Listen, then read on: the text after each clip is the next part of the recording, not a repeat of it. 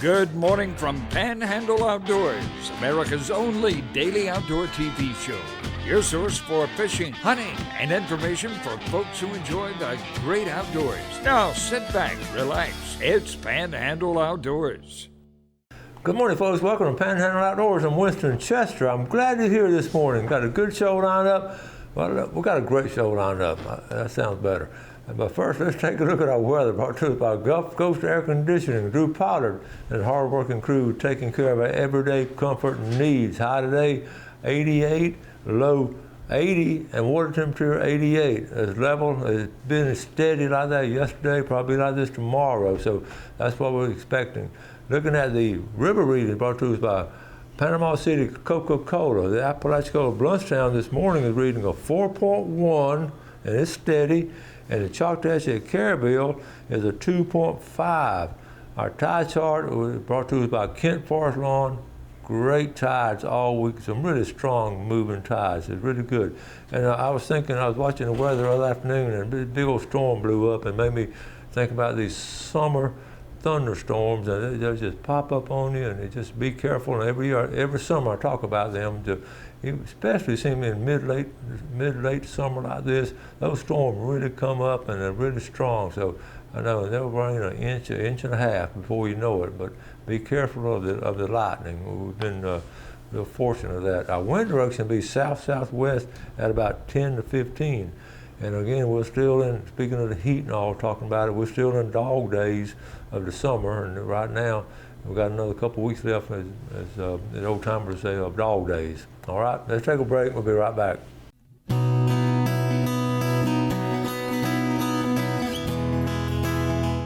Okay, welcome back. I got a lot of pictures to show. We're going to try to catch up with a lot of them, and all of them pertain to things going on in the outdoors or local things. I try to put some humor in there every now and then, but this one, Billy Grantham sent this the other night. He saw this big old buck in the backyard, but then the point is, tell everyone to drive a little more careful, because soon the does will be dropping their fawns, so that's something we need to be aware of. Now this next set of pictures, the first one right here, this is up here at Western Lake, these dune lakes, and look how that has that muddy tannic water. It's not muddy, it's tannic, and how it goes into the Gulf. It broke through like that, and it breaks through periodically. This was July 4th weekend. July the 5th is when it broke through. Now, I want to show you, okay, they had a group of Miller Marine. I had a sign up there. They had Miller Marine closed for a day, and they took the whole crew fishing. And they went down to Apalachicola and went fishing with a burl rifle on the family tradition. First of all, I think it's so cool because you have the Raphael family, okay, and then you have the Davis family. Mike Miller's granddad was George Davis, so you have the Davis family going fishing with the Raphael family. And he took his whole crew, all the girls and the guys, all of them that worked there. So these pictures are coming up from that trip. Mandy posted this picture here, and Mandy had her daughters went there too. So, all right, here we go. We got a bunch of them. There's Megan. Look at that bent rod. And they had a good morning to do it too. All right, that's Mandy's daughter, Riley. Look at that nice grouper. And I believe grouper's open down there. Maybe it wasn't. Maybe I had to throw it back. Then look at the snapper that she caught. And she's a good volleyball player also. All right, there's Mike and Mandy and Megan. They had a good time, and they just closed the shop. I love it. And then this is memories were made on this trip. Mandy and Megan and the two girls. But look at the size of these snapper. We talked about going fishing down there on the family tradition in Apalachicola, Scipio Creek Marina. Look at that. And they had some great memories, but I just wanted to show, and there's the burro right there. He finally came out of the wheelhouse, and is that not great history right there? I just thought it was so special, and the girls. So anyway, moving on to some other pictures now. This is a poster that I found, again, we didn't have it out the other day when Braden was on, but Michael had the 7th annual Seasons of Hope benefit tournament. And They have different, trout, redfish. You can read up. We'll talk about it. It's going to come up in September. We've got plenty of time to talk about it, but I just want to let you know to put it on your calendar, September 14th. Okay? Uh-oh, this is a different one. Now, I did this about last week or so. Another star 2024 tagged redfish was caught by an unregistered angler, and it was tag number 4841. It was reeled in using dead shrimp by an unregistered angler. Now, I thought that was interesting because most of them are caught on plugs, but that was caught on dead shrimp. This was, been Shark Week, and this came out of the public library in Manatee County, and I thought this. First of all, I looked at the picture, and back then in those days they couldn't Photoshop, so that's a real picture. I started reading about it, and Edgar Green caught it on Christmas Eve in 1937, 6 miles west of Longboat Pass, Longboat Key. It was 20 feet long, which is a record, 8 feet in girth, and weighed 2,500 pounds.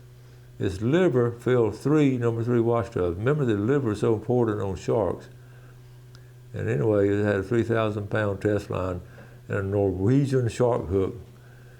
For bait, he used a flipper from a 30-pound skate or ray. So anyway, he broke the record from Australia. That's amazing. Okay, so anyway, I wanted to. We're going to set up. I got all kind of pictures. I wanted to talk about the Raphael family, though, still fishing and still taking people fishing, and the Davis family still fishing. I always think about what those old timers would have felt like if they were great grandchildren still fishing together. And to me, that's always strong. I always have a deep appreciation of that. Let's take a break and we'll be right back. Okay, welcome back. I know we always talk about snakes and reptiles and all kinds of things going on here in Panhandle. Something to be excited about over here in Pensacola, check it out. The Pensacola Reptile Expo. I can't talk Galen into going over there with me. It's going to be August the 3rd and 4th over there at the fairgrounds, and 9 a.m. to 3:30 p.m. and they'll have all kind of reptiles, and that would be interesting. I don't know if I'm going to drive that far over there to see them, but anyway, people really get into this. So there's an expo on the reptiles. I think that's cool. And this is good too. I thought Alan Shepard, been on the show before, we were talking about going fishing for catfish. Well, listen, in Vicksburg, Mississippi, they're going to have a parade of the catfish boats. Okay, on Friday, July 26th. That's this Friday. But what they're actually doing, you take your boat down downtown Vicksburg Main Street. A parade of some of the best catfish rigs will flow down Washington Street in Vicksburg, Mississippi at 6 p.m. So I've never seen a parade with having boats in and a catfish rig. So I thought that was cool also. Okay. My generation was expected to climb a 30-foot rope with a life-saving 2-inch thick mat below. We did have to climb those ropes, and we did have that little mat. Nobody ever fell, but it would have been in trouble. But we don't do rope climbing anymore. Okay, so let's see. This is good. Heather Taylor, hi Coach. I wanted to share a great catch Chad's cousin, Tyler Butler, had on Friday. Chad and Tyler went fishing early that morning. It weighed in at 9 pounds, 13 ounces. It was measured and released, and hopefully it can be caught again. And Tyler plans to have a replica made. And here it is right here. And that's the thing about it. You can measure it, take pictures of it, and the replicas they make nowadays, you can hardly tell the difference. So that is great.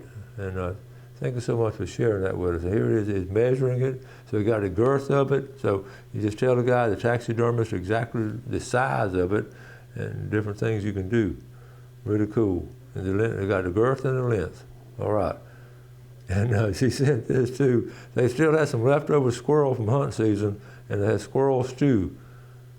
Good job, Heather. That was a squirrel hunt they went on last year and caught these squirrels, and they're still having stew this summer. Okay, Karen Edwards, Mike Edwards' wife. Mike made and sold some more fishing lures. A fella got this one today. He lives on Deerport Lake. His first cast, he caught this bass. He sent Mike the picture. I stole it from him. Okay, check it out. It's one of Mike Edwards' lures. On the very first cast, he caught that. And we're in the process of getting Mike Edwards to come on the show. And he's been a little shy, but I'm gonna keep working with him. I'll promise him a new cap if he comes on the show. He watches every morning. He's still making those fishing lures. And if you don't have any, you need to get some. And I have a collection of them. I don't fish with them. I just have a collection of cool homemade lures from Mike Edwards up there in Lynn Haven. Also coming up, talking about catfishing. Okay, this is coming up here locally on September the 7th over here in Caryville. It's a Bad Cat Classic, and it's coming up here, like I said, on the 7th, and it's 100% payout. Alan Shepard sent this to me. Flathead, blue, and channel.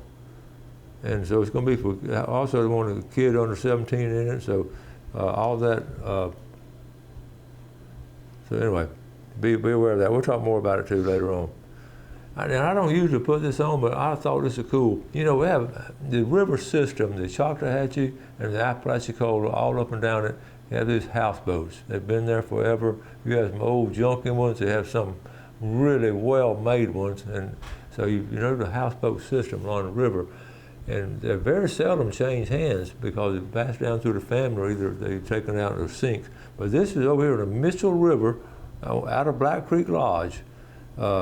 Okay, this houseboat built on 20-foot pontoons. Let me show you, okay. It has all the details, everything. It has a big air conditioner.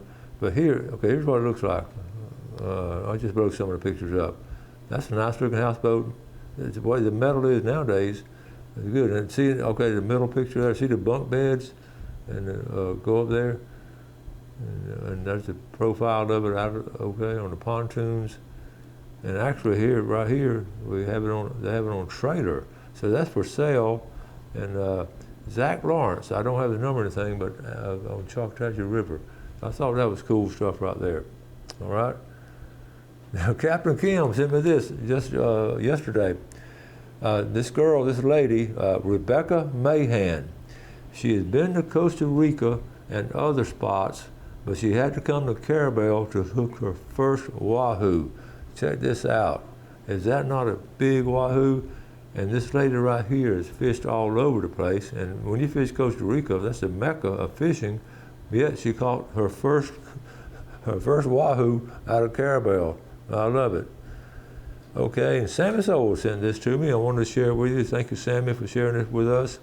This is a young girl that lost her left arm and she lost her left arm and right leg in a shark attack. Her name Lulu. She's a pretty girl, sweet girl and all. She'll have some challenges and all, but she has a good smile. So again, she's recovered well. She looks, looks good and all.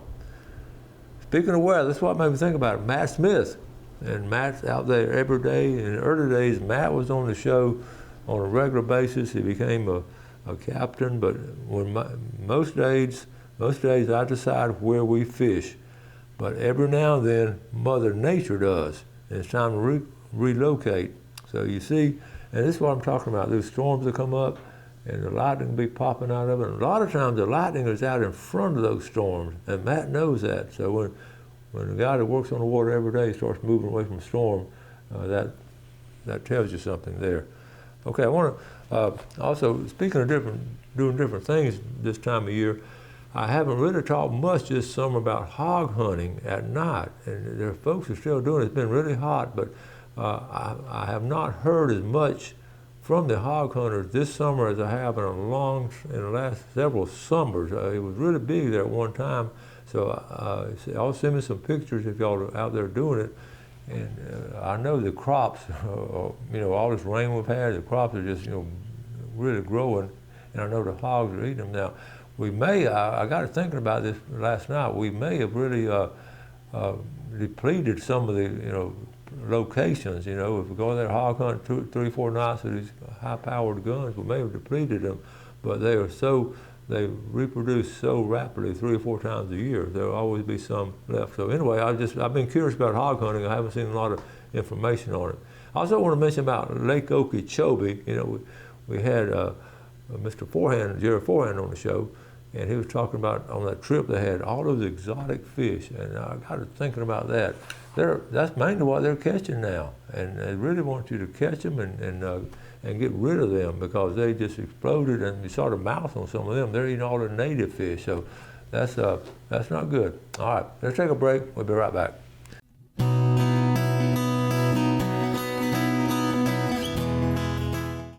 Okay, welcome back. Let's take a look at our fishing game times today. Brought to us by Blue Water Outriggers in Port St. Joe. We're looking at 8:16 to 10:16 this morning, and this evening 8:44 to 10:44. Be a good time to go floundering. And our good buddy Joe Eddy has been doing a lot of it, and he's good at it. So I've got some video.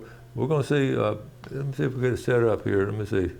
Oh, here we go right here. So here he is, and it goes through. He's out there close. He's in the bushes, so he's close to shore. And let's see.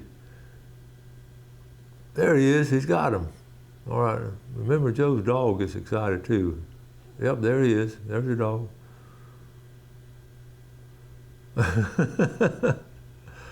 Okay. So that's one there, and then okay. Let me see. I got to go back. This keeps going. I got 2 or 3 of them. Here we go. I think this is another one here, I believe. Yeah, that's a different location. Okay, that's a nice flounder. Oh, he fell off. Oh no, that happens to all of us. See, we got one more. Let me see if I can pull it up. Here we go. One more. Look at the dog. He's trying to. That's pretty sand. This is just a fun thing to do. Look at those lights off the right-hand corner. The lights he has. Still trying to get to him. Okay, I don't know if he got to him or not, but anyway, let's see. He showed a couple of pictures. Here's one of them here, and then okay, well actually this is the first one again. Yeah, because that's one. Okay, that's one dog got it. Okay, that's the same one. Okay, so anyway, I just wanted to show those and talk about how this time of year, this is the time you go, late summer like this. A couple of things, other things I want to talk about. I had a chance the other day, the FWC staff, I had about 8 folks from the FWC came down, and they came to the outdoor ed room and met with us, and they're interested. We're talking about the safe boating classes and how important it is now. It's becoming a law that, you know, you have to have safe boating if you're born after, 88 or something. But anyway, they're really concerned about getting it in the school system. And they came down from Tallahassee, and we spent a couple of hours, and actually Representative Griffiths came. We just had a great turnout. Our superintendent came to the meeting. We all met in the Mosley outdoor ed classroom, and they were so impressed. And their goal is also, they would love to get outdoor ed in all the schools, all the counties, but their goal is to put the safe boating class in the outdoor ed curriculum, which we've been doing that since the early days, and they were so impressed that we would do it there at school. And so but anyway, what I'm getting at, the folks in Tallahassee are well aware of the importance of safe boating and also the importance of doing outdoor things with the kids and all. A couple more pictures right here. This is David Rich, over Rich's IGA in Weewall. His mom has had a stroke out back in October of 23. And she says fishing is her favorite kind of therapy. Now, isn't that great? And there's a lot to be said about fishing therapy. Look at that fish she caught. Good for you, David Rich, taking your mom fishing, and I'm glad she's doing better. So anyway, we're proud of that. Now, also, I've been to quite a few funerals and all lately, and I was at one early part of the week, Monday of this week, and one of my guys I know, remember the guy used to triple tail fish with, Chris Gouris, his wife died, and his son Chris Jr. was there. So anyway, Chris lives in Jackson, Mississippi. He's very active in outdoors, he's very active at the state level in Jackson, and some guys from Jackson, Mississippi flew down to his mom's funeral. And Chris had told them about the outdoor education classes we were doing. He stays in touch, in contact with us. Well, the three guys where you could tell they were high up in the government and all, and they were really nice of them to fly down from Jackson to go to the funeral. And I got to talk to them before the funeral, and they want me, and Chris had talked to me the last 2 years about doing this, but we've set up this fall. Here's the guy, Clark Gordon. He is the CEO. I got his card right here. CEO of the Mississippi Wildlife and Fisheries, the foundation. What do they call it? The foundation out there. And I'm going to go to. They've invited me to come over there and talk to them, and I'm so excited about that. So, putting outdoor education in the school systems of Mississippi, and you talk about that school system, all the outdoor things they do out there, all the catfishing and all that kind of stuff. So, anyway, this fall I'm going to go out there to Jackson, Mississippi, and talk to them about it.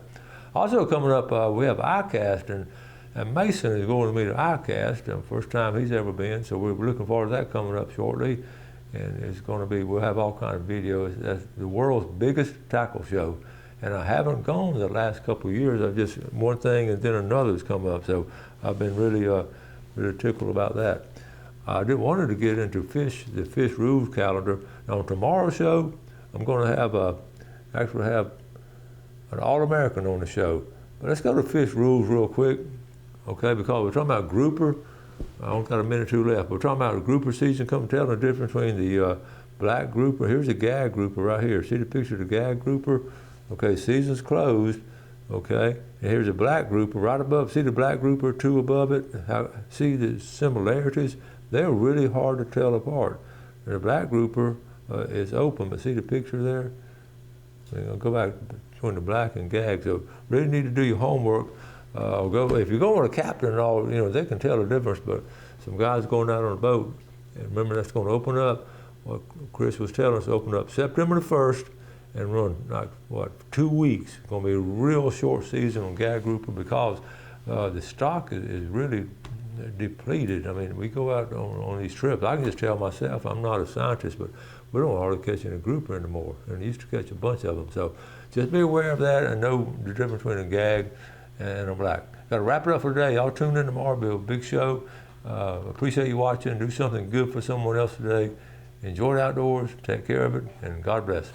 Thanks for watching America's only daily outdoor TV show, Panhandle Outdoors with Winston Chester, featuring hunting, fishing, and other activities and information to help you enjoy the great outdoors. Join us next time for Panhandle Outdoors.